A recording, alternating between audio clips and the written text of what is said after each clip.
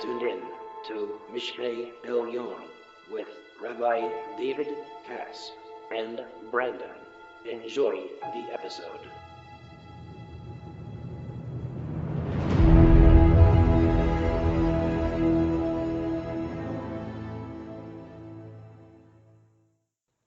Hey, Rabbi Katz, how you doing today? Hey, Brandon. Good to see you back. Hey, it's good to be back.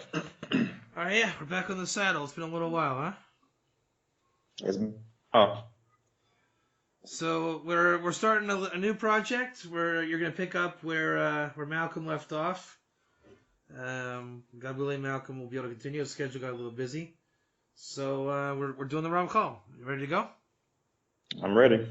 All right. So let me just give a quick overview for the listeners.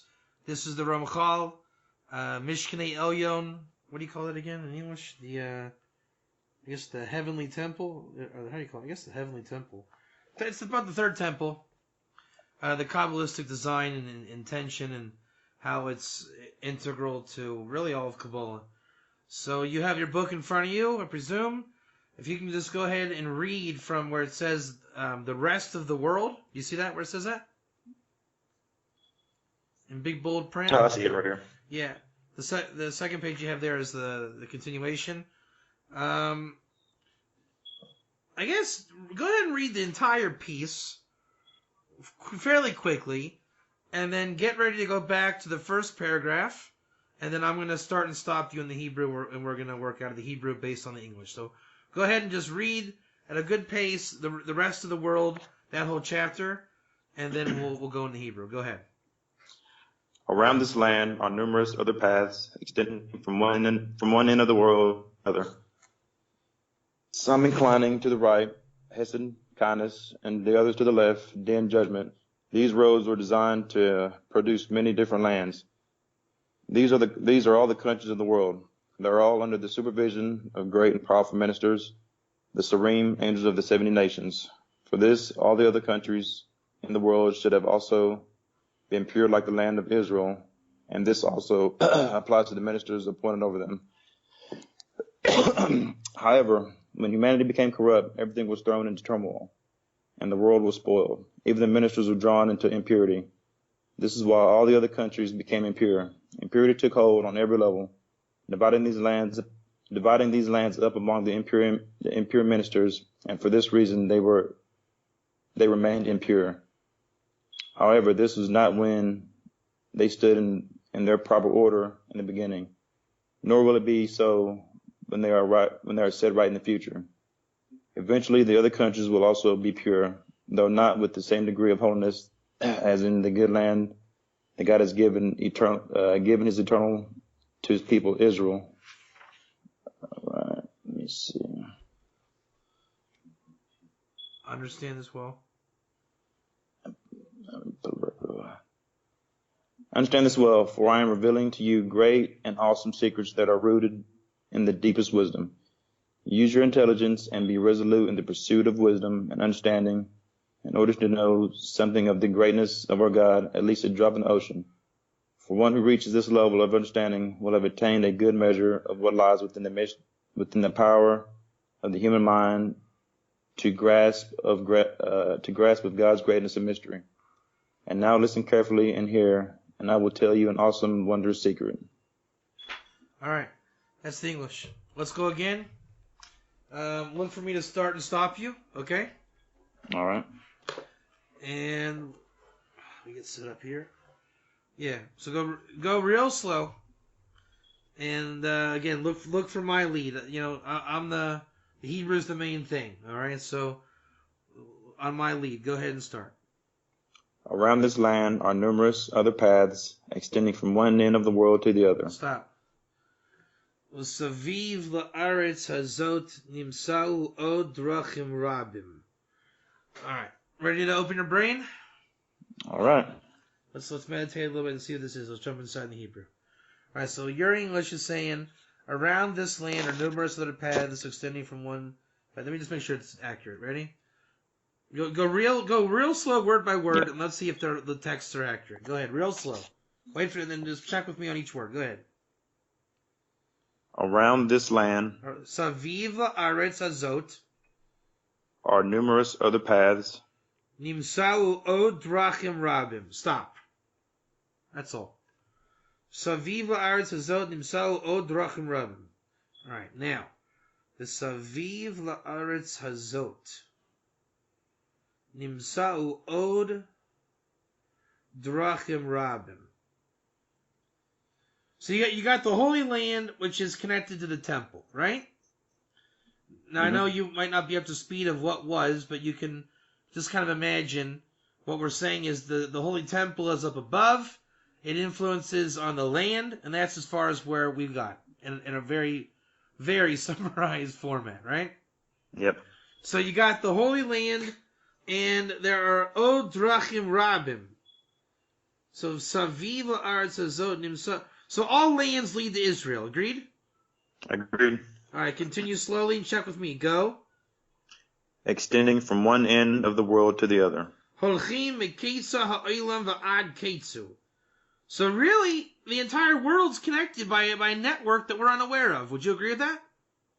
I agree. Keep going. Some inclining to the right, hesed, kindness, Yeah.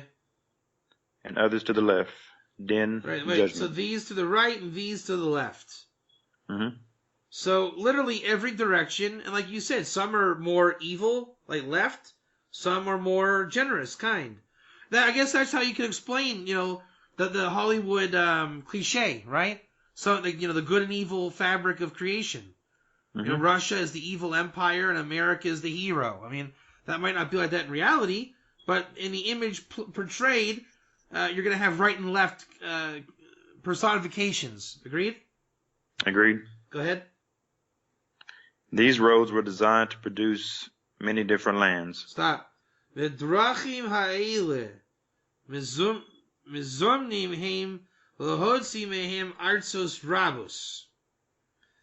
These roads or paths were invited to bring out from them many lands.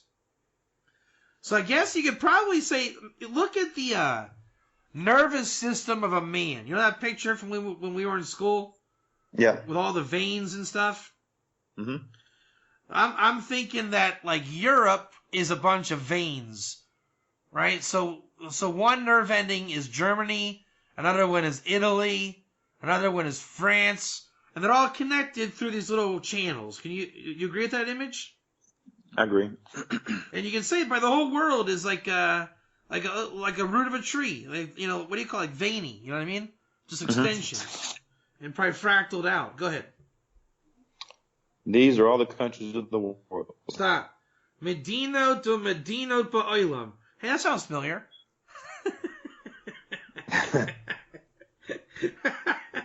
I guess we got shot. Agreed? Yeah. Go ahead. They are all under the supervision Yeah. of great and powerful ministers. Stop.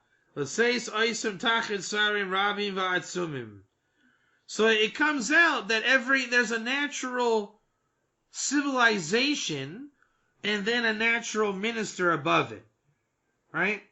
Yep. So when the world got populated, they probably from the wisdom, they knew where to populate.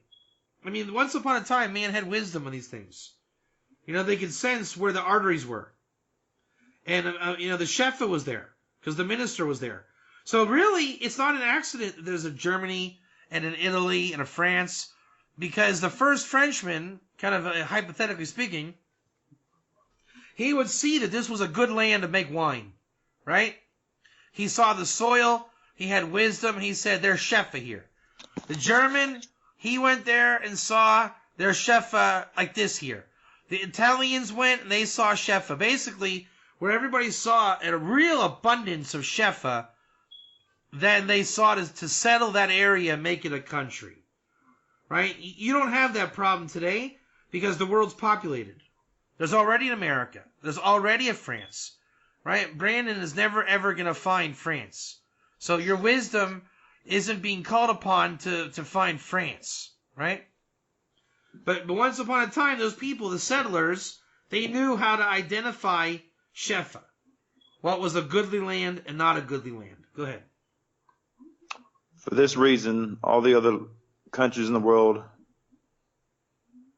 should also have been pure like the land of Israel. Stop. Ve'al kain tida ki kol ha'artzos haya lehen liot tahorot velo tameet. Really, under these guidelines, there's no reason why France shouldn't have been great. What's so bad about Shefa, right? You go there, and you see their Shefa, then you sanctify it with mitzvahs and Torah. It should be holy by all matters of logic, and not Tameh. Right? France, you get wine to make Kiddush. You shouldn't have a bar and red light district in France. Right? So, every country in its Shefa and its blessings, and initially you really could have found a way to elevate it in Torah. And also the ministers. Right? The ministers had every reason to sanctify that Shefa and be holy. Keep going. And this also applies to the ministers appointed over them. Right. Keep going. However, when humanity became corrupt, Let's stop. Kasher hashchito b'nei ha'adam es drachim.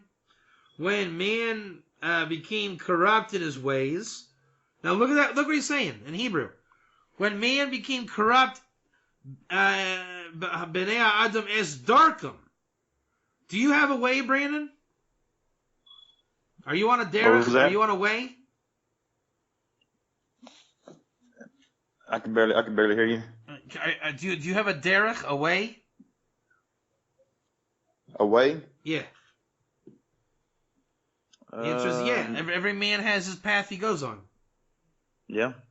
So when the countries are also on their own way, when man goes in those countries on a good way, he sanctifies the land and makes it holy.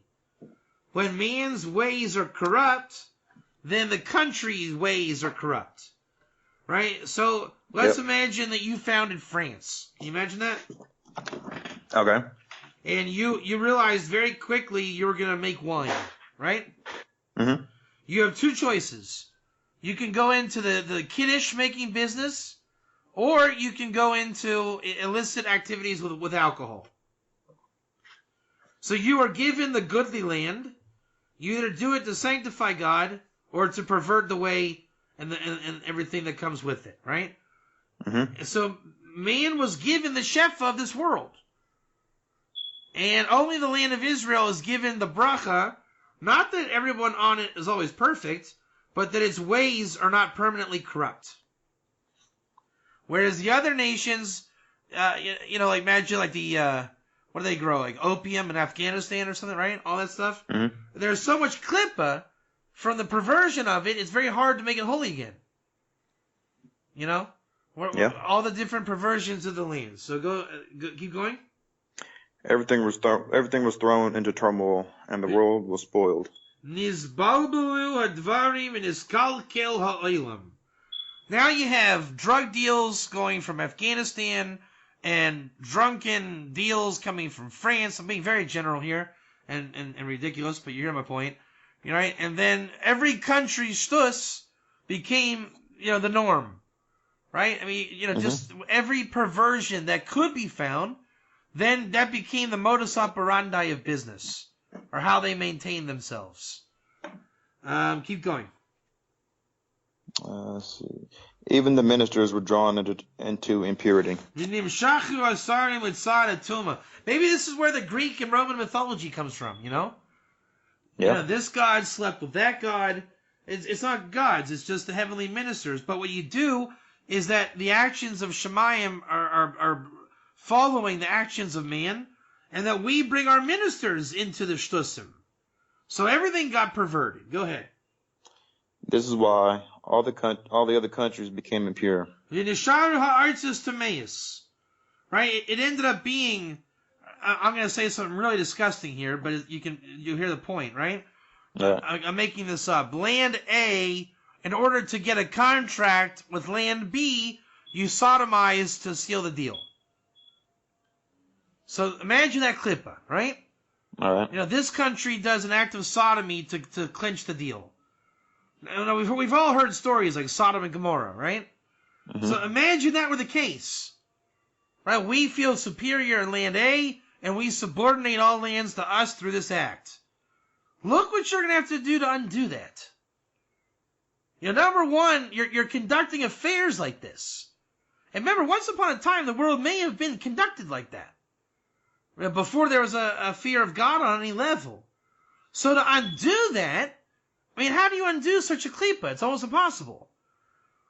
The things, the way the world runs today, we don't know what level it is, but whatever it is, it's shady and it's hard to undo. Keep going. Impurity took hold on every level. Right? On every level, there was impurity. Just you talk about, selling women as chattel, abusing children, every corruption. Once the lands go impure and there's no fear of God, it's every corruption. That's the tomb of the lands. Keep going. Dividing these lands up among the impure. Read it again. Dividing these lands up among the impure ministers.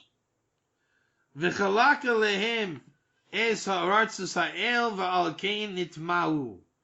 they divided the lands up to the impurity. So basically, you know why Germany borders, was it France, the way it does with the squiggly lines and all that stuff? It's based on the impurity. Okay. So, whatever, me and you are neighbors in countries and we're both impure, right? Mm-hmm. So, I don't want you to have a border next to this part of my backyard, because this is where I kill people, and I don't want you to have any part of that. And over in your part is where you abuse people, and you don't want me to be a part of that. So we call that like a zigzag.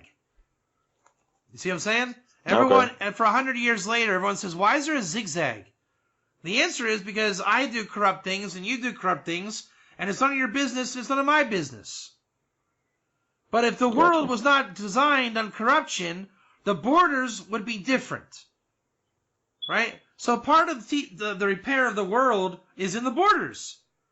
The borders are designed. Look at Israel. Is Israel designed the right way now? No. What's the difference? We have the borders based on corruption. The West Bank, Gaza. If Israel were not corrupt with its neighbors, the actual land of Israel would look very different. And that's biblically prophesied. Keep going. Let's see. And for this reason, they remained impure. Keep going. However, this was not so when they stood in their proper order in the beginning. That's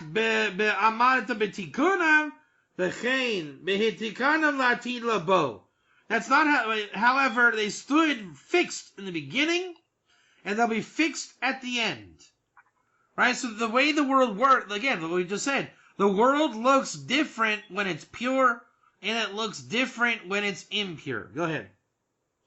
Nor will it be so when they are set right in the future. Keep going. Eventually, the other countries will also be pure. Lo hayutameis kim tahiris.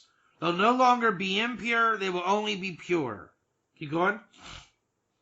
Let's see. Though not with the same degree of holiness as in the good land that God has given eternally to his people Israel.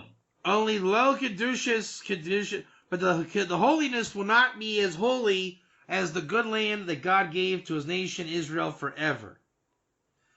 That God made a holy land, and it never changes in terms of corruptibility. Therefore, all nations will create their borders around Israel. Keep going. Understand this well, for I am revealing to you great and awesome secrets that are rooted in the deepest wisdom. Keep going. Use your intelligence and be resolute in the pursuit of wisdom and understanding in order to know something of the greatness of our God, at least a drop in the ocean. Keep going. For one who reaches this level of understanding will have attained a good measure of what lies within the power of the human mind to grasp of God's greatness and mystery. So And what now, he's keep going. and now, listen carefully in here, and I will tell you an awesome, wondrous secret. All right. So what he's saying is the Chutzlar, it's outside the land of Israel, is a massive secret.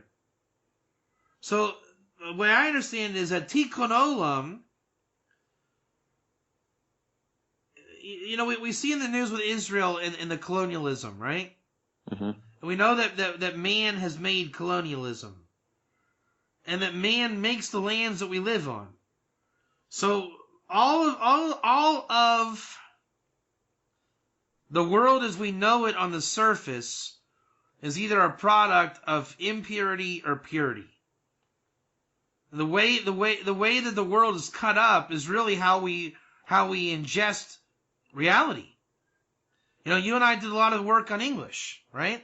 Mm-hmm. Imagine what that now that has a lot of meaning now. When the British went and conquered through English, was that impurity or purity? I would say impurity. That's right. So the language in the conquering and the purity impurity is how they cut up the land. So the big joke about the Middle East is how the British cut up the Middle East. So if the Middle East was carved by the British, which by the way they say it was done when they were drunk, you can imagine how impure the Middle East became. Yep.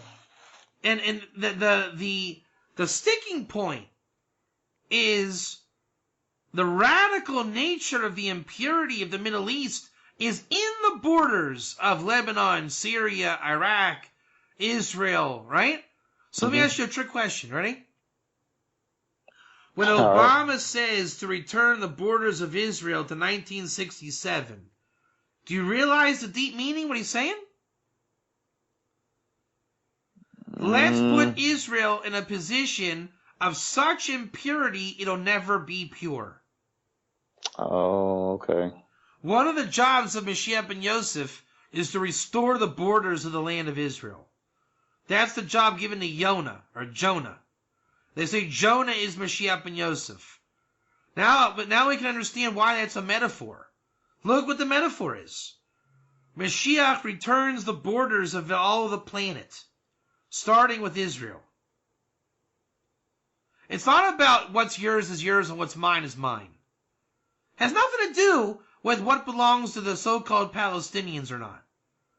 What it has to do is make the borders pure and not impure. What if hypothetically the state of Israel is actually smaller than anyone has ever given credit to? Meaning you don't get merit for just saying, well, more is better. And not saying mediocrity is better. The point is you have to know what the real land is. Then you get the Shefa. Then you restore the purity by removing the impurity. You know what the Vilna Gaon says is one of the most essential tenets of Kol HaTorah? Removing the impurity from the land. And everyone says, how do you do that? He says, by building it, planning it, setting up the mitzvahs. But look here. One of the principles of Kol HaTorah is returning the border to its place. So by really getting into the Shefa of Israel, you're able to see what the pure borders are. And even in concept, that consciousness will shift the world. Because the work that we have, the only way to do it is to do Shviras HaKelim to the world. Meaning, remember we said that the languages carve up the world and languages are a matrix. Mm-hmm. There is no Canada, there is no America, there is no Mexico. There is only the lands of the world, and the borders are based on purity. Right now, we are in a deep state of impurity.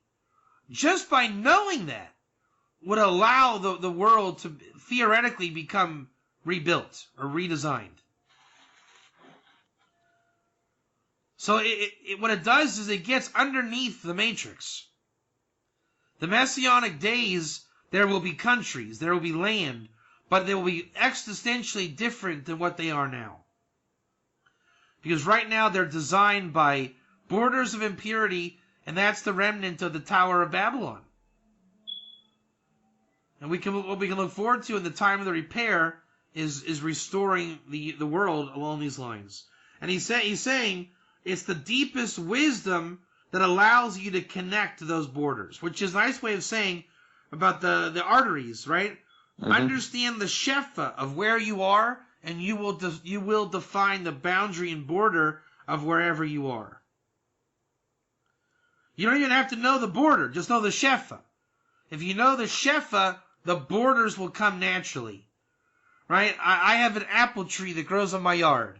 You have an orange tree that grows in your yard. And we know the distance necessary for the apple tree to grow well and the orange tree. Are you and I going to have a problem with our borders? No. Mm-mm. But they're going to be naturally built. So let's say it comes out you have more land than I do. Is that a problem? No. Nope. You need it for your orange tree. I don't need it for my apple tree. And the Torah of Hashem would say your orange tree, or whatever it is, gives shade to my apple tree, and you need more land for my apple tree to grow well. And it becomes a partnership. But if I start complaining, Brandon, you took my land for my apple tree, and you give in, that's impure. Mm-hmm. Now your orange tree is going to suffer, my apple tree suffers, and now we're being exploited. I'm going to now develop a technology that makes my apples better artificially.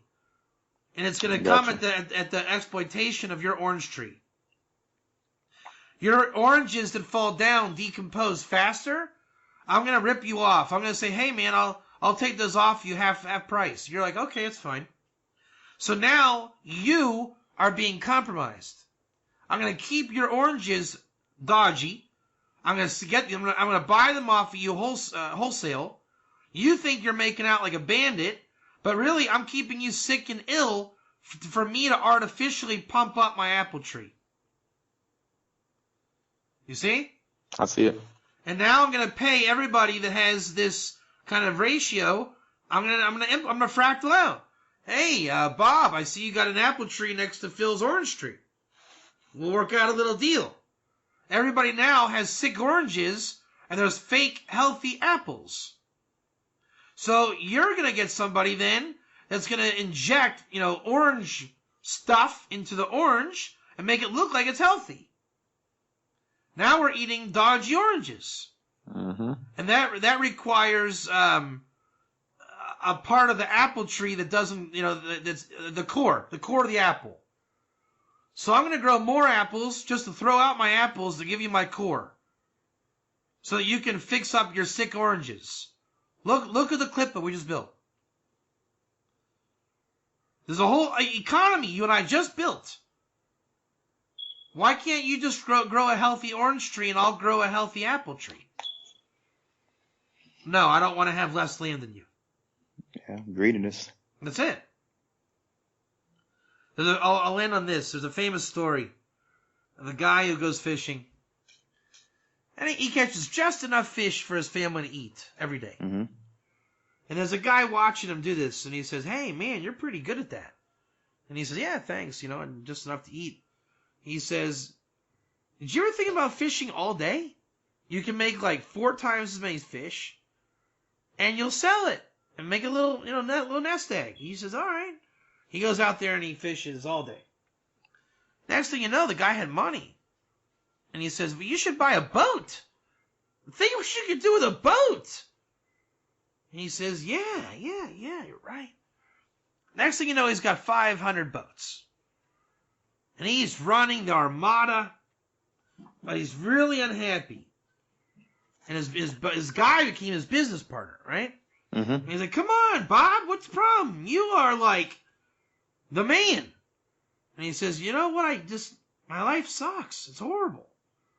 He's like, come on, man, you're making money. You own the world. He says, yeah, but you know what I just want to do at the end of the day? I just want to go sit by a lake and fish. That's the story, isn't it? Yeah. You just want to grow an orange tree. It wasn't about how much land you had. I just want to grow an apple tree. Really isn't about how much land I had. And at the end of the day, we both compromised, greater, lesser evil, so that we can coexist in a dodgy way, when we were never fighting in the first place. We invented a fight that didn't exist. The tractate Bava Metzia says two guys are wrestling over a talit. This one says, it's mine, I found it. This one says, it's mine, I found it. We split it with an oath. You know why you take an oath? Maybe you took my tallis. How do I know that you didn't just grab it because I did? You hear the question, Brandon? I grabbed my tallis on the street, and then you grabbed it trying to say it's yours. Okay. So you have to take. We both take an oath to prove that we didn't do that to each other, right? Yep. You know what the Talmud never suggests? Maybe we were just friends and we both found something and we truly wanted to know whose it was.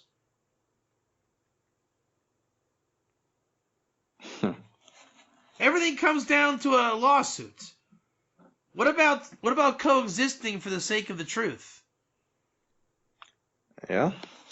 What if your orange trees really need more land? And I don't need that much land. In fact, if you gave me that much land, it would only corrupt me. That's the tikkun of the world. Stop viewing how much you get from Shefa, rather than identify the Shefa. And you get what you get. And being happy with your lot in life. That's it. And you get what, if the guy who went to France for the grapes, that's what you get. If you don't want grapes, then don't be a grape person, but you're a grape person. You don't need the size of a place like Australia. Grapes don't grow in the center of Australia. You only need what you need. That's it. And you trust God to give it to you today, and you trust that it'll be there tomorrow. That's all he'll ever give you. That's it. All right, so this was a good session. Did you enjoy this? Oh, yeah, I definitely enjoy this. All right, cool. So we're going to pick up next time. Make a note, all right?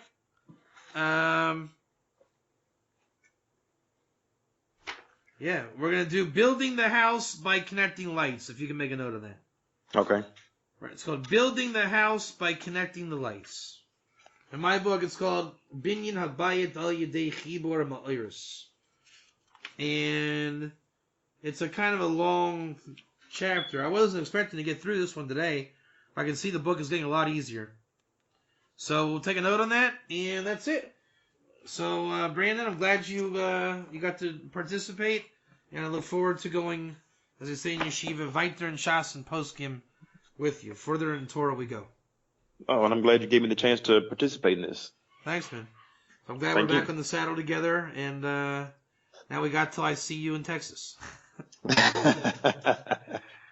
All right, so stay good. I'll talk to you soon. All right.